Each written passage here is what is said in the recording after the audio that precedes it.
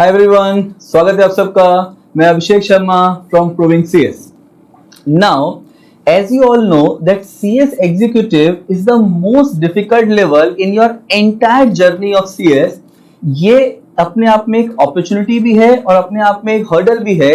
And why it is an hurdle? Because the passing result is less than 5%। So to clear a professional exam like CS executive which is having such a less passing percentage, you not only need to do hard work but also need to do the smart work। तो आप मेरे से पूछ सकते हैं कि sir कैसे smart work करना है। उसी स्मार्ट वर्क को समझाने के लिए, आपके लिए एक वे फॉरवर्ड बताने के लिए हम प्रूविंग सीएस आपके लिए एक स्ट्रैटेजी लेके आए हैं। How to clear your CS executive December 2020 exam in the form of ABC analysis। So before I start this presentation, a legal disclaimer that ये entire ABC analysis बनाया गया है based on ICSI pass examination।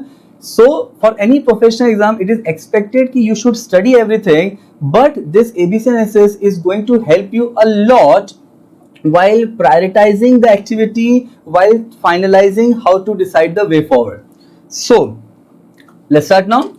ABC analysis है क्या? Now ABC analysis basically एक effort है proving CS का to analyse the past examination paper and based on the analysis of past examination ICSI paper हमने हर एक सब्जेक्ट के हर एक चैप्टर्स को प्रायोरिटाइज किया, फाइनलाइज किया based on the weightage assigned, और उसके हिसाब से most important chapter from exam point of view category A chapter, moderate important chapter point of view category B chapter, and less important chapter is category C chapter। and you will be surprised to know that अगर एक बच्चा properly category A chapter और category B chapter को properly पढ़ ले तो the person has covered more than 80% of the portion। so let's start now what we have done, हमने इस ABC एनालिसिस को all 8 सब्जेक्ट्स के लिए बनाया है so that आप हर एक सब्जेक्ट को प्रायोरिटाइज कर सकें और आपको कुछ प्लानिंग ना करने पड़ी। आपकी सारी प्लानिंग हमने कर दी है, आप सिर्फ उस प्लानिंग को इंप्लीमेंट करिएगा। And this is a very important video for all the students जो दिसंबर में 2020 में CS एग्जीक्यूटिव का एग्जाम लिखने जा रहे हैं। So my humble request to all of you, please see this entire video till last, okay? and please इसमें बताए गए हर एक प्लानिंग, हर एक स्ट्रैटेजी को फॉलो करिएगा। एंड ट्रस्ट मी, अगर आपने उस हर एक प्लानिंग, हर एक स्ट्रैटेजी को फॉलो किया, so not only you are going to clear your CS executive result, there is a great possibility कि आप ऑल इंडिया रैंकर भी बन जाओ, जो कि हर बच्चा ये सपना देखता है कि वो ऑल इंडिया रैंकर बन सकता है। एंड ट्रस्ट मी, आप बन सकते हैं। So let's start now. Now, the first paper is your jurisprudence paper. Now, the entire paper is having almost 17 chapter, but see this thing. अगर कोई बच्चा 4 चैप्टर jurisprudence में, note my word, 4 चैप्टर पढ़ ले, so उसका average, if you see the most important chapter is constitution of India, जिसका average marks paper में last 3 attempt को हमने एनालाइज किया है क्योंकि न्यू क्वेश्चन लास्ट 3 अटेम्प्ट से आया है। तो अगर कोई बच्चा कॉन्स्टिट्यूशन ऑफ इंडिया को प्रॉपरली पढ़ ले तो ऑलमोस्ट 14.33 मार्क्स का एवरेज वेटेज है of this particular chapter. If you see in December 21 this chapter being asked for 21 marks. I hope you are understanding. एक चैप्टर पढ़ के आपका 21 मार्क्स कवर हो जाता है। Same way if you see the arbitration, IPC and CRPC, the average weight of all this chapter is very high. मतलब अगर कोई बच्चा ये 4 चैप्टर पढ़ लेता है तो उसका एक heavy volume of marks cover हो जाता है।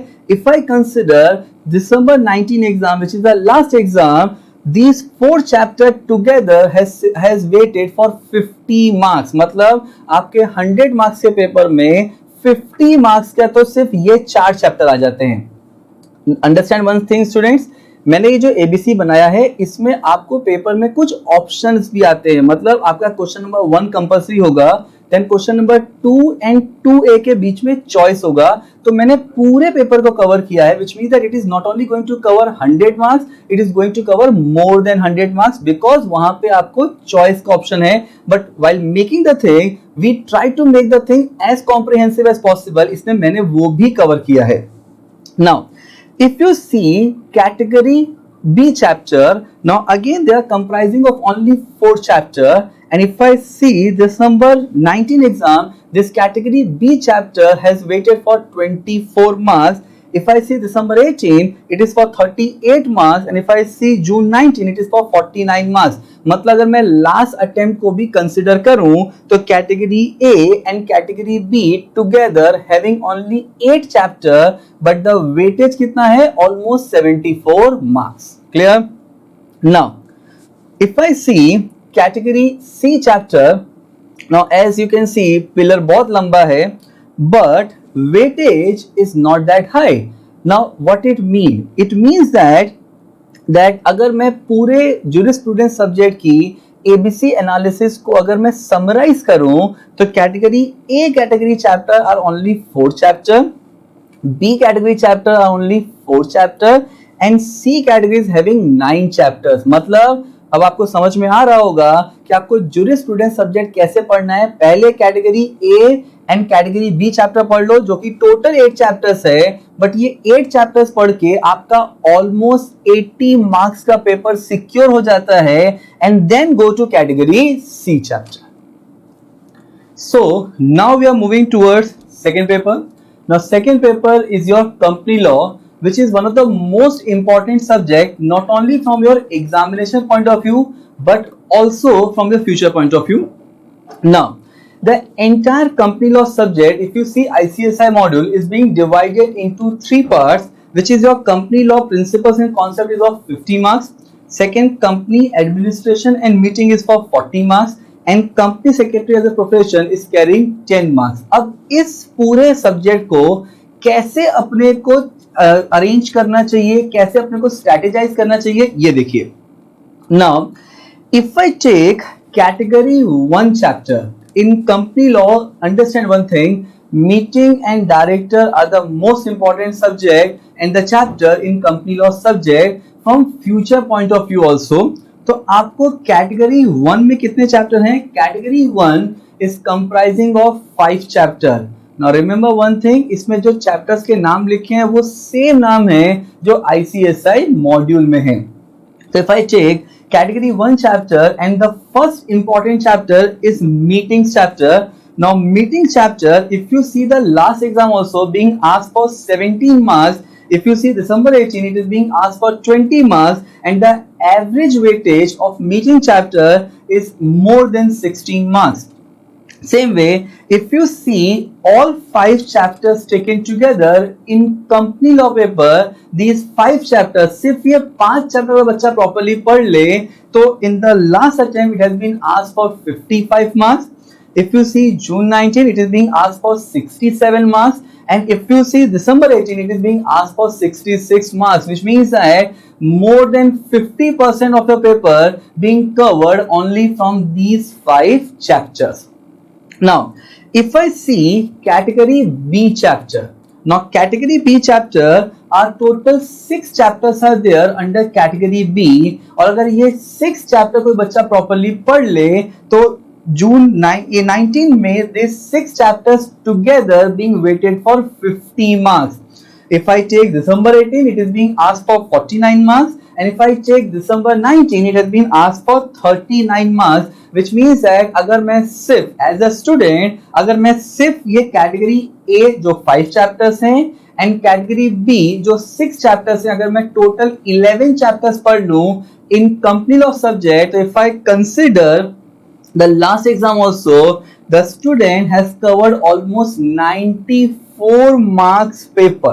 मतलब it is almost touching to 55 plus 40, it is 94 marks का पेपर कवर हो जाएगा बच्चे का अगर बच्चा सिर्फ कैटेगरी A के 5 चैप्टर एंड कैटेगरी B के 6 चैप्टर्स पढ़ ले. Now if I see category C chapter, as you can see pillar हर बार कैटेगरी सी का बहुत बड़ा है. मतलब अगर बच्चे ने प्रॉपरली स्ट्रैटेजी किया तो category A and category B are having lesser number of chapter compare to alone in category C chapter. So category C chapter, if I see there are so many chapters in category C, but if I see June 19, these 11 chapters taken together has weightage only 18 marks.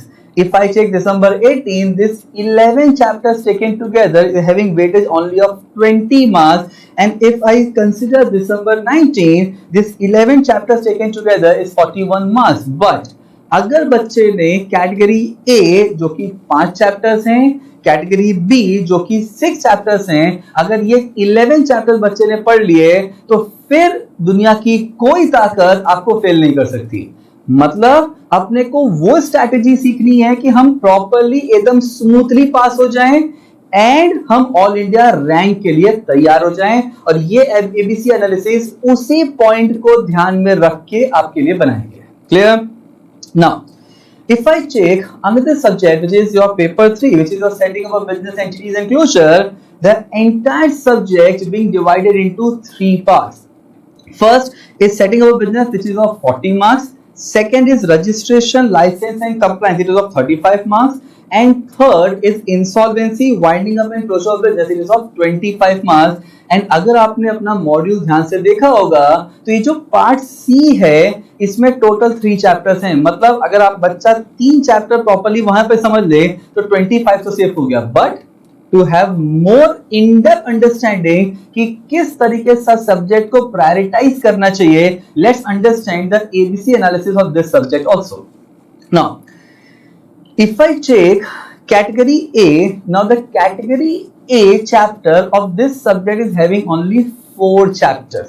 ये subject में category A के 4 chapter हैं और उन 4 chapter का अगर आप weightage देखोगे तो आप एकदम खुश हो जाओगे। अगर पहला कोई चैप्टर देखते हैं various initial registration and licences, इस चैप्टर का इंडिविजुअल चैप्टर का weightage is more than 18 marks, almost 20 marks का पेपर तो सिर्फ इस चैप्टर से आ रहा है। मतलब आपका 1/5 पेपर वहीं खत्म हो जाता है once you are done with this particular chapter.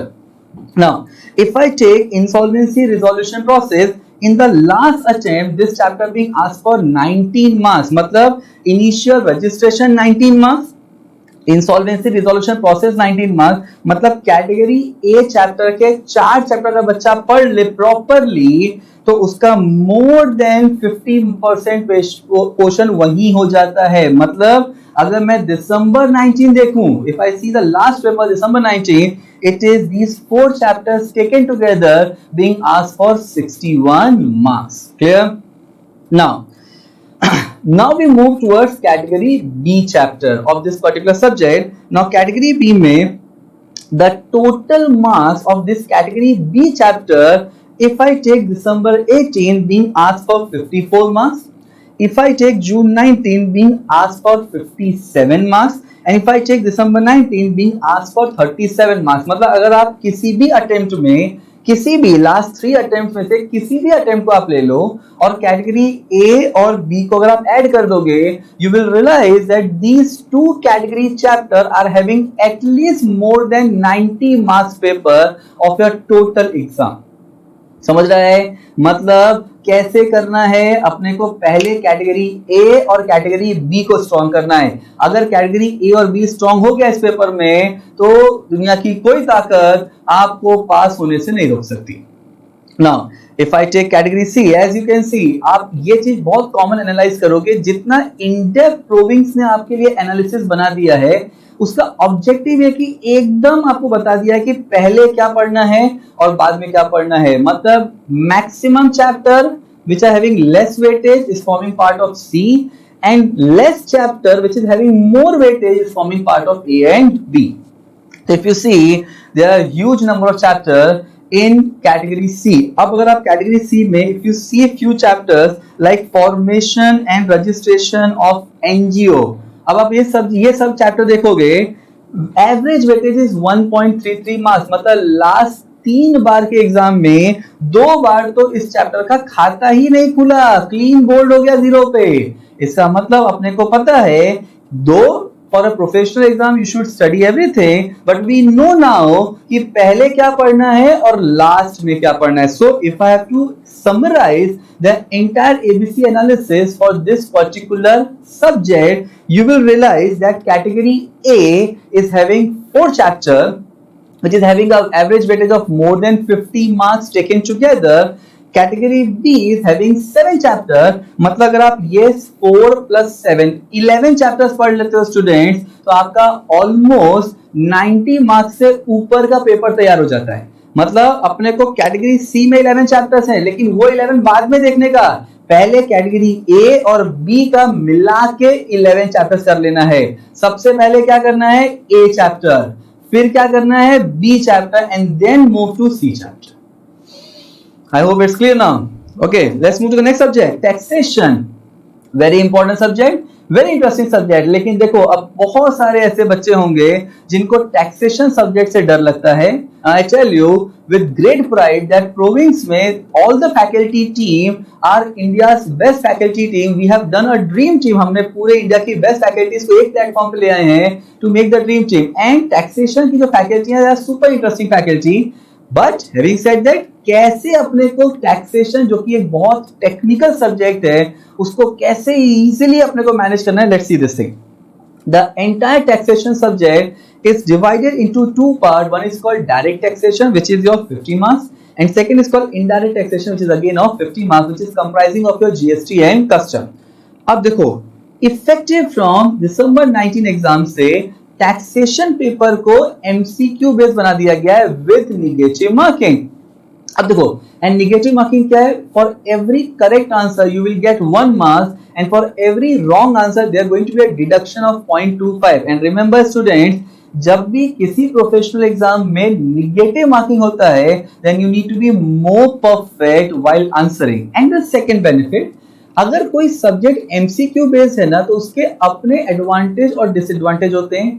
Advantage ये होता है कि वो आपके लिए हेवी स्कोरिंग बन जाता है if you know the concept, and disadvantage ये होता है कि आप उसमें कुछ भी जलेबी फेंकम फाक नहीं कर सकते।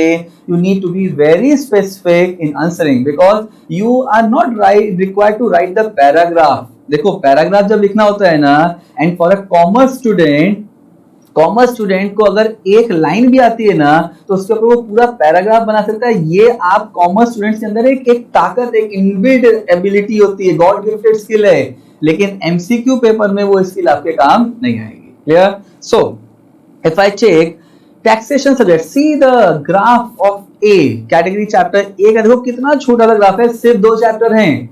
मतलब टैक्सेशन कैसे पढ़ने का, सबसे पहले इनडायरेक्ट टैक्स पढ़ लो। इनडायरेक्ट टैक्स में 2 चैप्टर हैं which is your GST and custom, and if I take the last exam जहां से ये MCQ बेस हुआ है, 45 मार्क्स का GST आया एंड 5 मार्क्स का कस्टम आया, मतलब आपका 50 मार्क्स सिर्फ ये 2 चैप्टर पढ़ के सिर्फ हो जाएगा। Now if I see the previous 2 paper जहां पे आपके पास ऑप्शंस थे when it was not MCQ based, तो 65 मार्क्स का पेपर यहां से आता है, which means that taxation subject को मैनेज करने का सबसे ब्यूटीफुल तरीका क्या है, सबसे पहले इनडायरेक्ट टैक्स पे पकड़ बना लो। एक बार इनडायरेक्ट टैक्स आपके हाथ में आ गया ना, तो समझ लो 50 मार्क्स सेव हो गया। उसके बाद डायरेक्ट टैक्स बहुत सारे चैप्टर हैं, कैसे मैनेज करें, let's see this thing. Direct tax में आप 4 चैप्टर पहले पढ़ लो। कौन कौन से 4 chapter, salaries, business profession, capital gain and TDS and TCS. If I take this 4 chapter taken together, only this 4 chapter, आपका लास्ट अटेम्प्ट जो कि एमसीक्यू बेस्ड था उसमें भी 26 मार्क्स कवर हो गए। इसका मतलब आपने 2 चैप्टर इनडायरेक्ट टैक्स पकड़ लिया एकदम मजबूती से, 4 चैप्टर डायरेक्ट टैक्स पकड़ लिया विच इज ऑफ 26 मार्क्स, मतलब बच्चे का 76 मार्क्स यहीं से हो जाता है।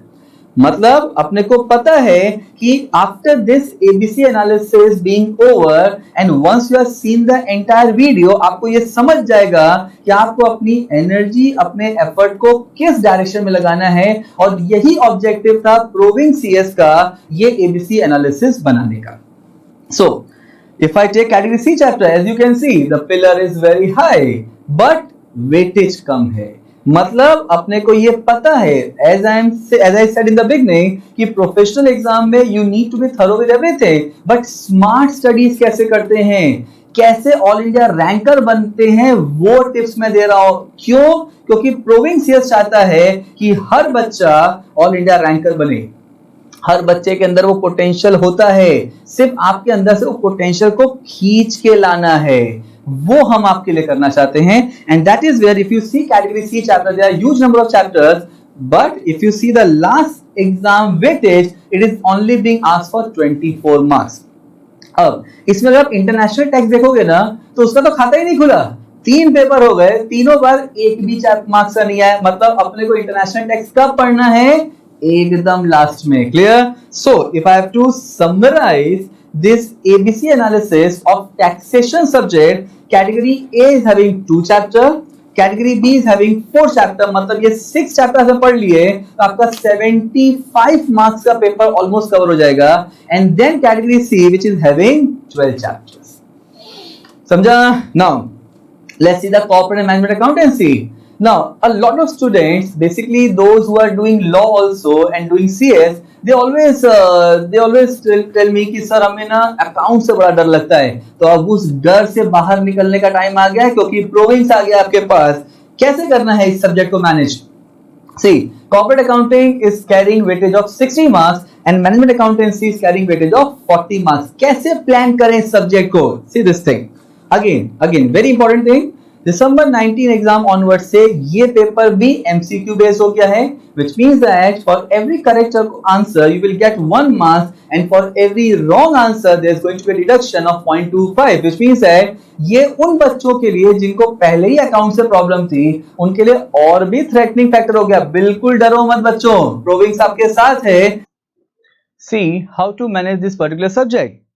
Now first we start with corporate accounting. As I said, इस पूरे सब्जेक्ट के 2 पार्ट हैं, corporate accounting and management accounting. Corporate accounting में if we see category A chapter, it is comprising only of 4 chapters. अब देखो students, अगर आप इन 4 chapters में से फर्स्ट चैप्टर देखते हो विच इज कंसोलिडेशन, उसका एवरेज वेटेज है 10.67, मतलब मोर देन 10 मार्क्स। अकेले एक चैप्टर का वेटेज मोर देन 10 मार्क्स है।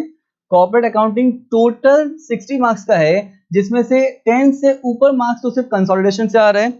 Secondly, theory of accounting and auditing standard, if I take combined this 2 chapter, it is almost ranging to more than 17 marks। मतलब अगर बच्चा ये 3 चैप्टर कर ले तो approximately 28 मार्क्स सेव हो जाता है out of 60 marks। And then EVA and VAS, which is a very small chapter having a weightage of more than 8 marks। मतलब अगर कोई स्टूडेंट इन 4 चैप्टर को पढ़ लेता है of corporate accounting, so out of 60 marks उसका 23 marks save हो जाता है। If I consider the last exam, if I take June 19 it is 48 marks and if I take December 18 it is 38 marks, but MCQ based, as I said earlier that इस subject को MCQ based बनाया गया December 19 से, so December 19 can give you a more accurate picture. Now if I take category B chapter of corporate accounting, it is again comprising of 4 chapter, and if I take December 19 which is the last exam, these 4 chapters taken together is having a weightage of 29 marks। मतलब अगर कोई student 4 chapter of category A and 4 chapters of category B पढ़ लेता है, so out of 60 marks 52 marks save हो जाते हैं, which is almost touching to 90%। And then if I go to category C chapter, it is again comprising of 4 chapter. देखो student ध्यान समझो, category A में भी 4 चैप्टर हैं, कैटेगरी बी में भी 4 चैप्टर हैं और कैटेगरी सी में भी 4 चैप्टर हैं। But now I believe it's very clear to all of you कि आपको पहले कौन सा कैटेगरी के चैप्टर्स को पढ़ना है, पहले कौन से 4 चैप्टर्स को पढ़ना है। Clear? Now we move towards management accountancy. Now management accountancy as a subject is a very scoring segment for all of you, and इसका जो कैटेगरी ए है it is comprising only of 3 chapter. Total management accountancy का weightage 40 marks है, और अगर आप ये 3 chapter पढ़ लेते हो अच्छे से तो आपका 23 मार्क्स सेव हो जाता है, मतलब almost equal to 60%।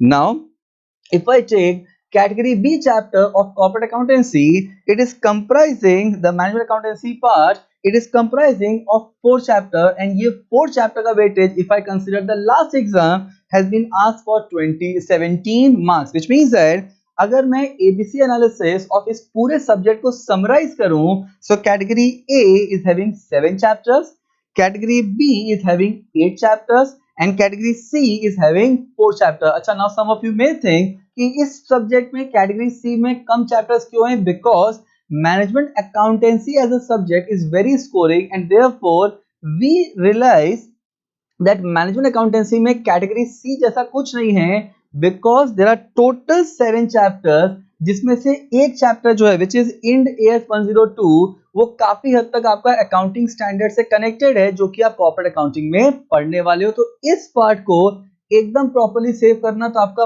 40 marks save हो जाएगा।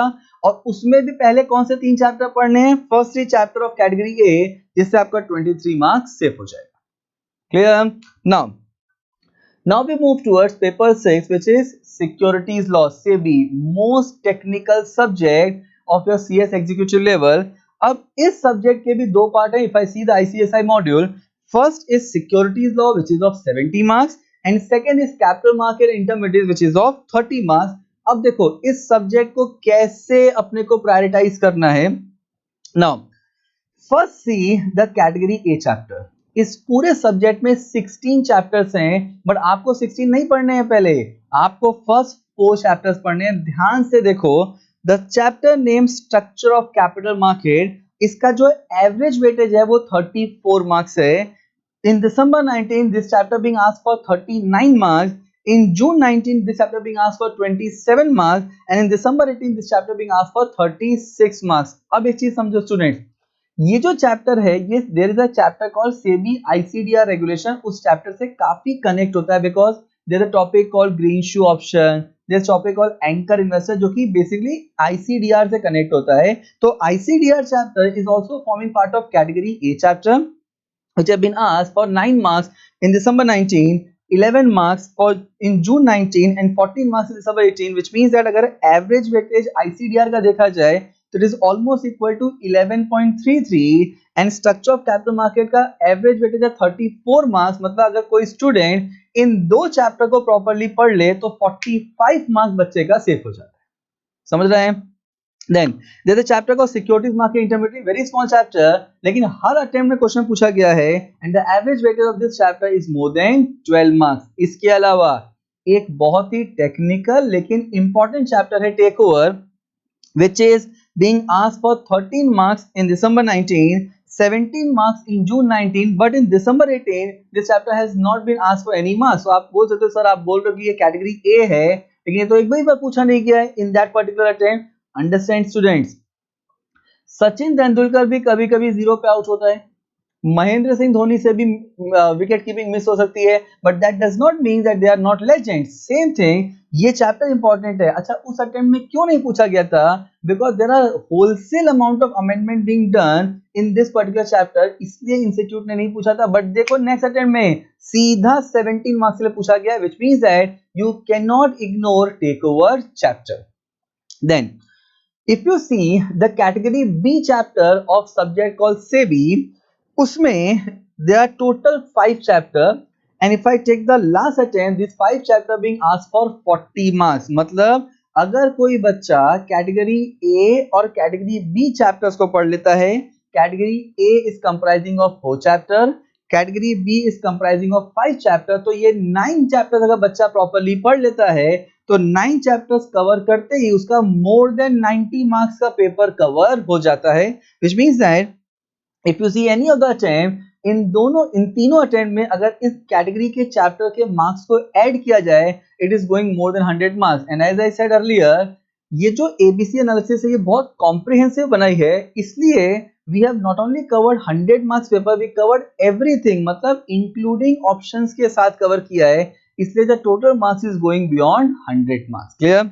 Now if I see category C chapter, as you can see the bar is so long, but इस टोटल चैप्टर जो कैटेगरी सी चैप्टर है उनका वेटेज कम हो जाता है, which means that if I have to summarize the ABC analysis of SEBI subject, category A is having 4 chapter, category B is having 5 chapter, and category C is having 7 chapter. अच्छा, इस category C में एक chapter है जिसे called collective investment scheme.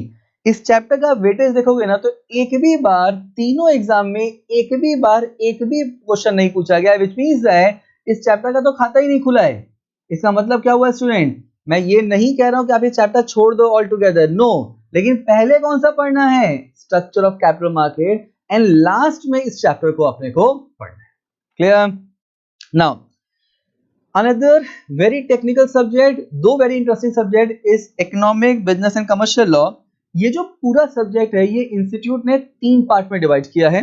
The first is your foreign exchange management and NBFC which is of 40 marks. Second is competition law which is 25 marks and third is business and commercial law which is 35 marks. अब student ध्यान से समझो, अगर आप इस subject के bifurcation को देखोगे तो जो सेकंड पार्ट है ना which is competition law, it is being asked for 25 marks. मतलब एक चैप्टर 25 मार्क्स का है. मतलब इस चैप्टर को इस पूरे सब्जेक्ट को मैनेज करने का तरीका क्या है, सबसे पहले कंपटीशन एक्ट पे अच्छा ग्रिप बना लो, क्योंकि वो ग्रिप आ गया तो 25 मार्क्स सीधा जेब के अंदर. क्लियर? अब देखो, लेकिन मैं अगर आपको और डिटेल्ड एनालिसिस दूं, सो कैटेगरी ए चैप्टर देखो कितना स्मॉल सा ग्राफ है. Category A is only comprising of 2 chapter. One is competition act. If you see all 3 attempt सीधा 25 मार्क्स का आया. मतलब एवरेज वेटेज 25 मार्क्स है. 100 मार्क्स के पेपर में 25 मार्क्स तो इस चैप्टर से आने वाला है. मतलब आप ये चैप्टर छोड़ ही नहीं सकते. एंड सेकेंड इज एसईजेड जिसका average weightage is more then 11 marks. मतलब अगर कोई बच्चा इन 2 चैप्टर को प्रॉपर्ली पढ़ ले तो मोर देन 36 मार्क्स सेव हो जाता है. समझ रहा है? एंड ये subject is very technical and I tell with great pride कि प्रोविंस में ये सब्जेक्ट पढ़ाएंगे Sagar Madan sir, who has been in practice as a Supreme Court lawyer for almost touching to 18 years. और इस सब्जेक्ट में वो आपको सिर्फ थ्योरेटिकल नॉलेज नहीं पढ़ाते हैं, वो आपको रियल लाइफ एग्जांपल देते हैं जिससे कि आपको इस सब्जेक्ट की टेक्निकलिटीज को आप मैनेज कर सको. Now if you see category B chapter, see there are huge number of chapter, but category B chapters में देखो इसका वेटेज कितना है. कैटेगरी बी चैप्टर्स में the total marks of all the chapter which is forming part of category B being asked for 78 marks in December 19 exam, 66 marks in June 19 exam and 70 marks in December 18 exam. इसका मतलब अगर कोई बच्चा category A और category B chapter पढ़ लेता है और सब्जेक्ट कॉल EBCL तो उसका 100 मार्क्स से ऊपर का पेपर कवर हो जाता है. Then if I take category C chapter, देखो जो ग्राफ है वो almost equal to category B chapter के जितना ही है, लेकिन वेटेज देखो कैटेगरी बी का वेटेज था ऑलमोस्ट मोर देन 60-70, लेकिन इसका weightage is not even half of that, which means that if I have to summarize you the entire ABC analysis of this particular subject, category A is having only 2 chapter. इस subject को पास होना है student और अच्छा score करना है तो पहले ये 2 चैप्टर पकड़ लो. ठीक है? Category B is having 11 chapter and category C is again having 11 chapter. लेकिन पहले कौन सा 11 पढ़ने का है? Not category C but category B. क्योंकि वो कैटेगरी का आपने 11 चैप्टर पढ़ लिया तो आपका पास होना 100% सर्टेन हो जाएगा एंड इस चैप्टर में आपको बहुत अच्छा स्कोर भी आ जाएगा. Clear? Now we move towards the last paper of your CS executive which is your financial and strategic management. अब देखो इस सब्जेक्ट में financial management is having a weightage of 60 marks and strategic management is having a weightage of 40 marks. Again very important thing, effective from December 2019 exam this subject is also MCQ based and as I said earlier MCQ में for every correct answer you will get 1 marks and for every wrong answer there are going to be a deduction of 0.25, which means that you need to be more perfect while answering. अब देखो financial management subject को कैसे handle करने का है. Category ए में there are 5 chapter. ध्यान से सुनना स्टूडेंट्स, कैटेगरी ए में 5 चैप्टर्स हैं. टोटल फाइनेंशियल मैनेजमेंट सब्जेक्ट का वेटेज है 60 marks and if I consider the last attempt इस 60 मार्क्स में से 41 मार्क्स तो सिर्फ इन 5 चैप्टर से आ जाता है. इसका मतलब क्या हुआ? मतलब ये हुआ कि ये 5 चैप्टर आपने कर लिया तो ऑलमोस्ट 70% का वेटेज आपका कवर हो जाता है. एंड इन 5 चैप्टर्स में भी एक चैप्टर आपको दिखेगा लेवरेज, वेरी स्मॉल चैप्टर. आज ये एबीसी देखने के बाद आप इमीडिएटली लेवरेज चैप्टर आप एक बार देखो, उसको प्रिपेयर करो. It will not take more than 2 hours और 3 आवर्स, लेकिन आपका एक कैटेगरी 1 का chapter category A chapter prepare हो जाएगा. Then if I see category B chapter, it is comprising of 2 chapters. Now category B chapter का weightage जो last attempt में पूछा गया था वो 10 मार्क्स था. And if I see category C chapter, again it is comprising of 4 chapter. And देखो इसमें भी ईवा चैप्टर जो है वो कॉर्पोरेट अकाउंटिंग का कैटेगरी 1 था. मतलब सब्जेक्ट टॉपिक कनेक्ट हो रहे हैं and the average weightage of this entire part if I consider the last attempt being asked for 9 marks. अब एक चीज समझो स्टूडेंट्स, अपने को 60 मार्क्स का फाइनेंशियल मैनेजमेंट है, उसको कैसे हैंडल करना है, पहले वो 5 चैप्टर कर लो जो कैटेगरी ए चैप्टर हैं, जिससे आपका पास होना और अच्छा स्कोर करना सर्टेन हो जाएगा. Clear? Then strategic management is a very scoring segment for all of you, and if I have to tell you the ABC analysis of strategic management 40 marks का है, लेकिन अगर आप इसको देखोगे लास्ट अटेम्प्ट का देखोगे, so there are 3 चैप्टर जो 40 मार्क्स में से 31 मार्क्स का पूछा गया था. मतलब these 3 are the most important chapter which is almost covering your approximately 80%. 40 में से 31 मार्क्स तो इन 3 चैप्टर से आया है. And I tell you with great pride that in Provings this subject is going to be taught by Tejas Bhatt sir, and the specialization of that particular person is that वो ये subject आपको हंसाते हंसाते कब आपको पूरा याद करा देगा वो आपको भी पता नहीं चलेगा. That is a skill of that particular person. And then if I have to tell you the category B chapter of strategic management, it is again comprising of 3 chapters and the weightage in the last exam being asked for 9 marks. मतलब category A में भी 3 chapter हैं, category B में भी 3 chapter हैं, लेकिन पहले कौन सा 3 चैप्टर पढ़ने का? कैटेगरी ए का. समझा? So if I have to summarize this entire ABC analysis of this financial and strategic management, category A is having 8 chapter, category B is having 5 chapter, and category C is having 4 chapter. And students remember this thing, इस subject में strategic management part is the most scoring part for all of you. इसलिए strategic management में there is no category C chapter because सिर्फ 6 chapter हैं जिसमें पहले 3 chapter पकड़ लेना, more than 80% आपका वहां पे कवर हो जाएगा. आई होप आप लोग को ये पूरा एबीसी एनालिसिस समझा होगा. एंड ट्रस्ट मी, अगर आपने इस एबीसी एनालिसिस को प्रॉपरली फॉलो किया तो not only you are going to pass CS executive exam, but there is a great possibility कि आप ऑल इंडिया रैंकर भी बनो. And with this note, on behalf of entire Provings, I wish all the very best for your exam, and I am very confident to see you in professional, where I believe that you will give us an opportunity and privilege to teach you. With this note, thank you so much.